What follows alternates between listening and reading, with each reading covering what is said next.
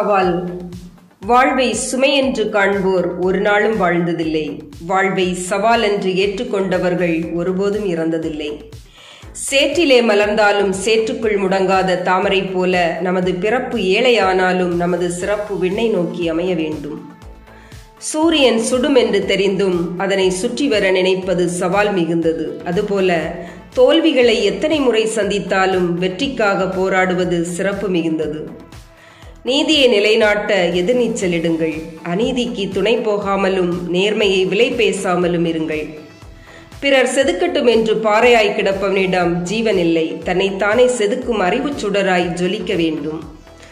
அவதூறுகளுக்கு அஞ்சியும் பழிச்சொற்களுக்கு பதுங்கியும் சகுனிகளின் சூழ்ச்சிகளுக்கு நடுங்கியும் வாழ்ந்தால் நமது தனித்தன்மையை இழந்து விடுவோம். நாம் தான் நமக்கு போட்டி என்று துணிந்து நில்லுங்கள்.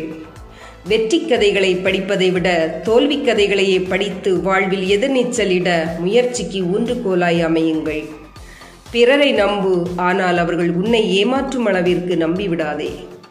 மண்ணில் புதைந்த விதை முளைத்து துளிர்விட்டு செடியாக வளர்ந்து காய்த்து கனிவது போல நமது எண்ணமாகிய விதைகளை அன்பெனும் நீர் ஊற்றி, அறிவெனும் தீபமேற்றி, நட்பெனும் இசை மீட்டி, தன்னம்பிக்கையோடு அதாவது சவாலோடு வாழ்வதே சிறப்பு.